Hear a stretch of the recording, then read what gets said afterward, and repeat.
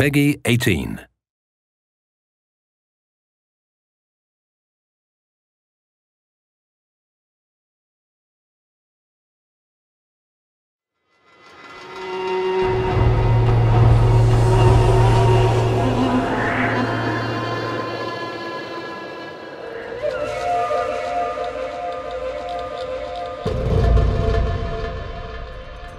The community was massively important to the success of Sniper Elite V2, and there was such a dedicated following and positive community who were always raving about Sniper Elite. And every time we released screenshots or a trailer, you know, these guys would get in and they were really excited about it, and that just buoys the morale of the development team when they see that kind of enthusiasm even before the games come out. So that is just so important.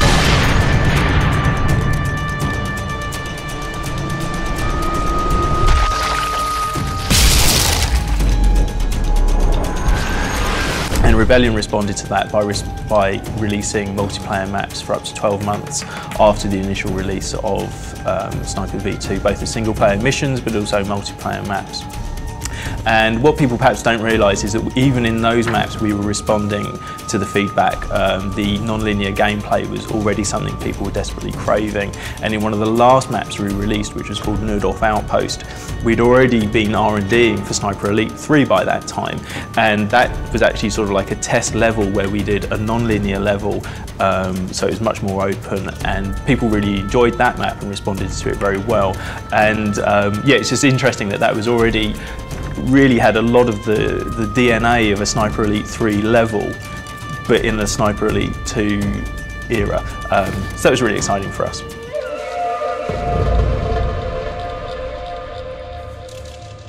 So as part of addressing the concerns from the community about the linearity, we've been trying to really promote expansive choices within the environment. So as you pull up your binoculars and sort of assess the lay of the land in front of you, we'll have sort of really key visual language which promotes that player choice in the environment.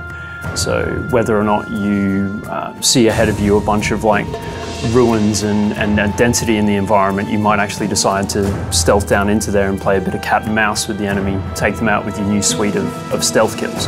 Alternatively, you might actually sight a nice ridgeline, so you'll move your way up there and sabotage a generator on the way to create a sound mask and then start raining down on them from above.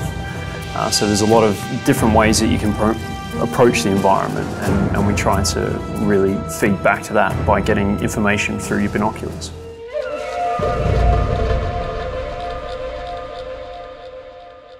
I think being set in the North African sort of campaign has really afforded us a lot of opportunities with the environment.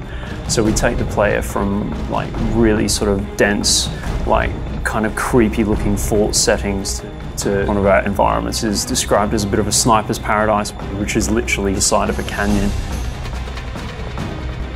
And we have sniper gameplay sort of taking forth across this canyon. We've got oases, so there's really rich colours and sort of a versatile palette for the player there. You're not just going to be having wall-to-wall sand. It's quite varied. The massive points of feedback mainly were non-linear levels and AI, and those two things really were very closely tied. You know, even with the best AI systems in the world, if you have linear gameplay, it's difficult for AI characters to work effectively if they're in a corridor type space. So by opening up the levels much more, and we did actually rewrite the AI systems as well, it means that both of those things work just much more coherently, and the gameplay straight from the off is much better. I think one of the things that people really struggled with the AI in Sniper Elite V2 was that it felt like it would punish you immediately for a single mistake that you might make. So particularly if you're trying to play stealthily, it felt really tough. That's something we're really striving to move away from this time around and improve on the way that feels for the player so that they can be empowered to be stealthy. In Sniper Elite 3 we're trying to get realistic human reactions from the enemies. So when they hear a shot from you, assuming they don't see you directly, they don't immediately know where that shot came from, which is true to a scenario in real life. If you continue firing from that position, then the enemy will quickly become very suspicious of that position. They'll try and find out where the noise is coming from, who's shooting from there, and investigate. And at that point, you know, if they see you, then you're in a lot of trouble. Well, once you've been found, you have to relocate. You have to get as far away from the enemy as you can without being spotted again. Once you get to the required distance away, then the urgency of the enemy search for you will de-escalate, and they'll abandon their search, and at that point it's more straightforward for you to then re-engage in stealthy behaviour and continue on your way.